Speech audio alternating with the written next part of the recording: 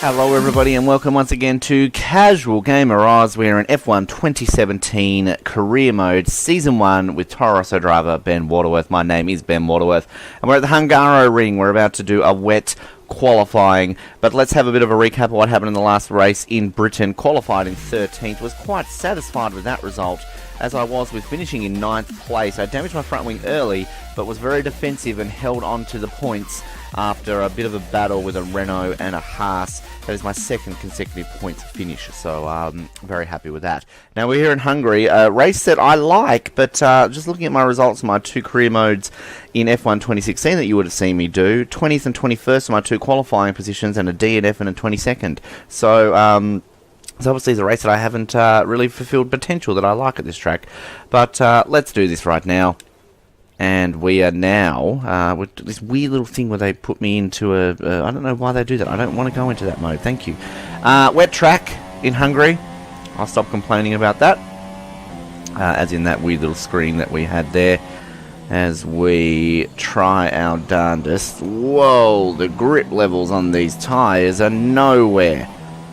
That definitely slid a lot out of me there as I broke into turn 1. And I'm very cautious here, as it looks as though Lewis Hamilton's very cautious there too.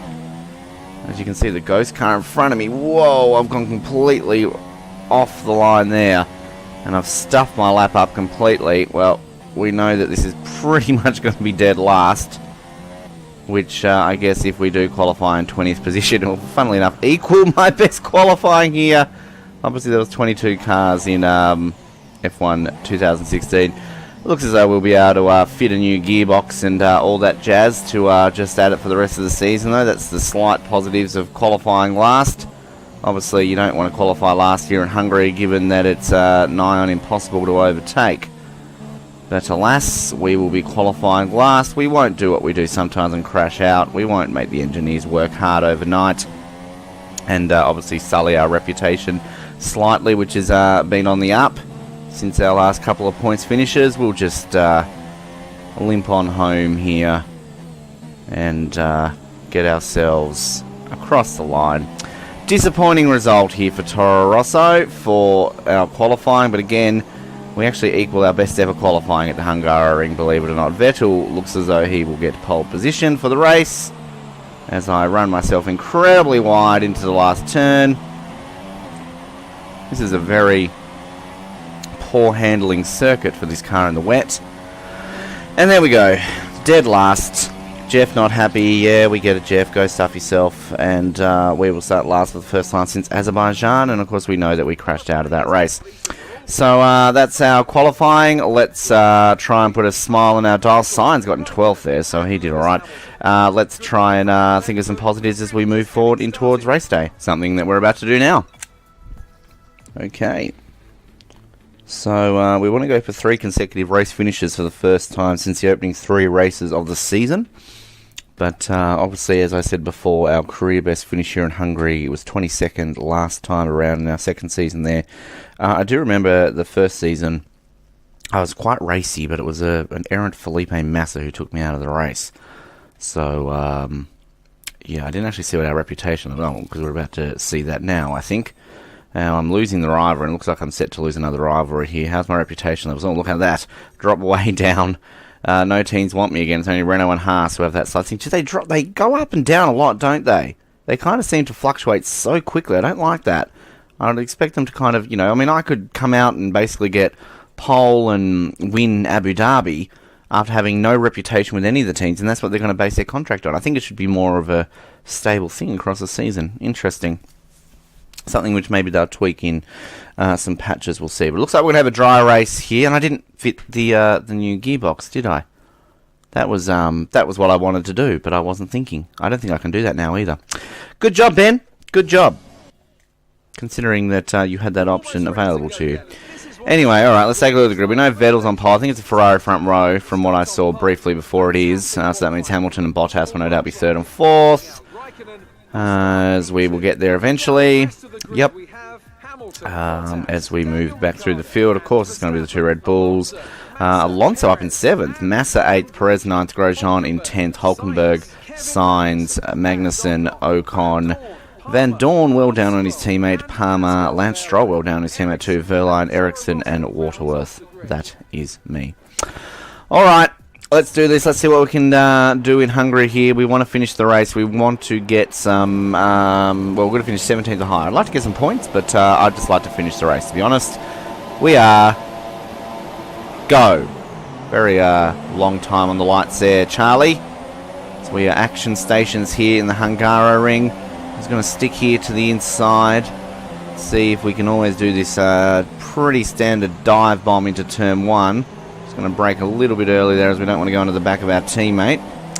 And that's a pretty good start there, I would like to think, as we get a few more positions, get at least ahead of my teammate. Well, there goes the... well, no, actually I haven't damaged the front wing. Shock horror. I thought there's my race of front wing damage that generally comes across there, but no.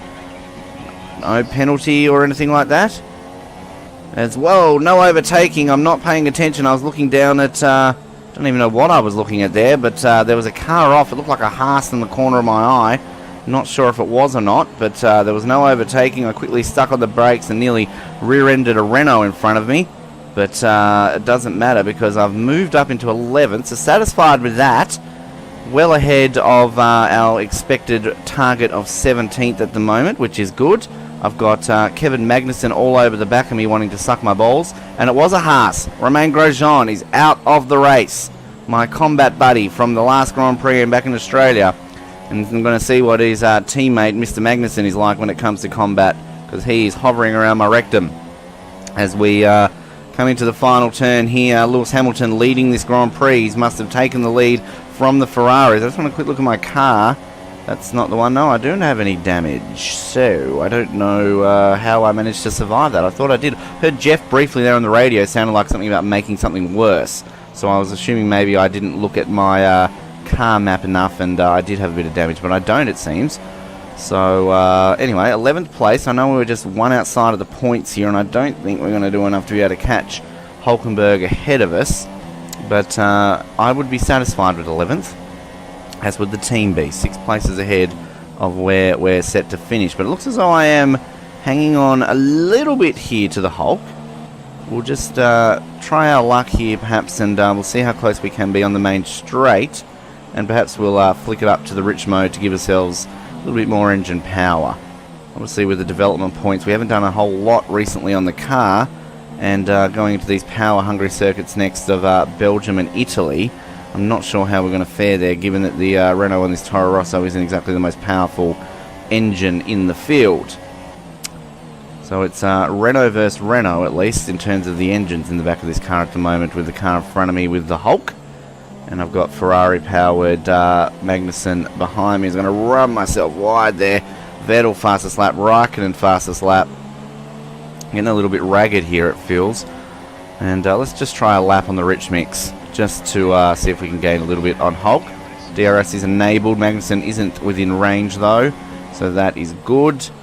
And it might be a case of that we will just end up defending from Kevin rather than pushing too hard. I just want to break my duck of finishing terribly or like DNF or lasting here in Hungary. Again, it's a circuit that I actually quite like. You wouldn't know, would you? But we are now more than halfway through this race, very shortly as we get to the halfway point on this lap.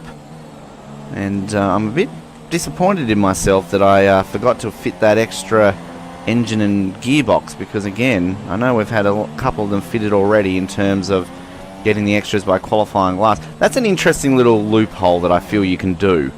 I mean, I know it's a real life loophole, obviously you can do, because we know McLaren generally have about a 50 race grid penalty, 50 grid slot race penalty every single race, but there seems to be some sort of thing that should carry over. I think that would be an interesting thing if they just carried it over into each race, because it kind of almost gives you a free shot at an engine. But anyway, Bottas now with the fastest lap.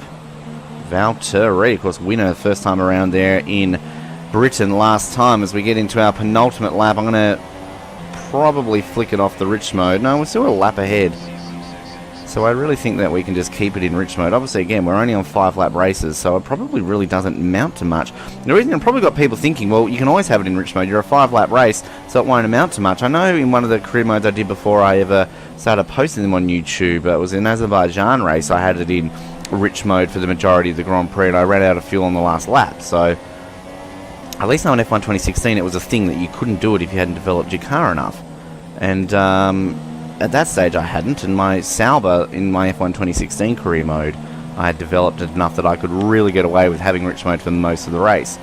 But this Toro Rosso, I haven't done any development on that, although I seem to be right now catching Hulkenberg. He seems to be a little bit closer to me here.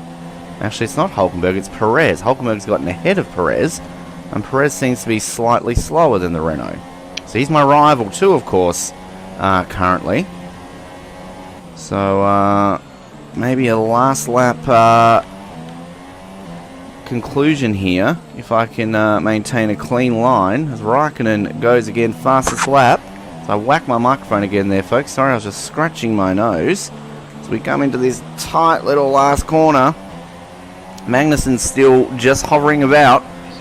But as of right now, we're on for our highest ever finish in Hungary, and our 3rd consecutive finish. Sadly, looks like we'll just miss out on a point. But I'm still going to be satisfied if I can get 11th place here. We'll just see if we can hold on. Doubting any sort of mistakes from the cars in front of me. It looks as though I'm not going to be able to catch them. Although, again, they're within distance. It'd be nice here if Perez and the Hulk could have a little coming together. No, they're not. They're going to keep it clean. I'm going to go wide, though. Sort of more focused on watching this battle than watching the racing line. Come on, Perez and Hulkenberg. Take each other out. One of you, like, clip the wing or something like that. Make it interesting for me. And I feel as though it's a Mercedes that's going to win this Grand Prix. I think Hamilton was in the lead after the first lap, so it's interesting again for the computer championship. Whoa, as I get myself all kinds of wrong there. It's going to open the door for Kevin to maybe have a bit of a look to me in the final section of the lap. If I can just maintain it here. Hamilton does win the Grand Prix.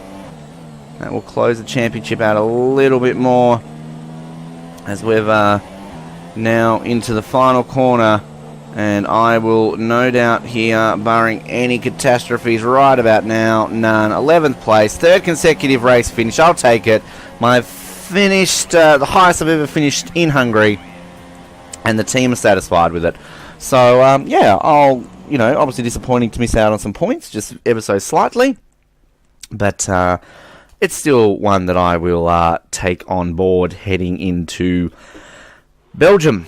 There's the weird-looking Toto Wolff that they've kind of remodeled him weirdly. So just a quick look at the replay here off the start, and we might try and see what happened to Romain Grosjean. Just fast forward that slightly, and as you can see me at the back, I'm going to duck here to the right and just go down the inside, dive bomb a bunch of cars there, nearly into the back of my teammate. And there was definitely, I think I must have clipped someone and their wing must have got damaged. As we see, I get that move up my teammate. I'm going to go on the inside there of Magnussen, and that's where I would stay. Now, I'm just going to freeze frame this because I'm going to go and find... here he is. Here's Romain Grosjean. Let's just reverse it a little bit there because it looks like he's going to have it coming together here with Alonso. So let's just take a look here what happens with Romain Grosjean. He goes there wheel-to-wheel with Alonso, and they're still wheel-to-wheel coming down to this part of the track. Don't know where they are at this point. He seems to have gone off because... Oh, he has. Oh, okay. Out of camera shot. So I'm going to assume that he's had a little go here. So this is this section. We're going to watch this side by side with Alonso. This is a great camera. Imagine if this is a real life camera. Obviously it's impossible. And he just runs wide there. And he's going racing with Alonso, takes the inside line. Well, he just spun himself out of that one and crashes into the wall. So that's what happened to Romain Grosjean. Anyway, so Hamilton wins from Vettel Raikkonen, Bottas, Verstappen, Ricciardo, Massa, Hülkenberg, Alonso, Perez. That is your top 10. Let's take a look now at the standings as we head into the 12th round into Belgium. So no change in the top 9. Hülkenberg, the only one is changing there, moves up into the top 10. So Hamilton leads by 19 points over Vettel, Raikkonen, Bottas, Ricciardo, Verstappen, Massa, Perez. Myself, still within 7 points of Perez. I think that's a manageable gap. We can get up there into 8th to finish our highest ever in a season. And obviously Hülkenberg, as we said, up into 10th place. Constructors, no change again there. Ferrari still leading by only 2 points over Mercedes. Look how close that is. Red Bull in 3rd. Williams, Force India. Toro Rosso. Can we catch Force India? I think we can. And Haas in 7th. Renault in 8th. And McLaren have some points. They didn't get points in this Grand Prix, did they? When did they get points? Mustn't have paid attention to that when they got some points.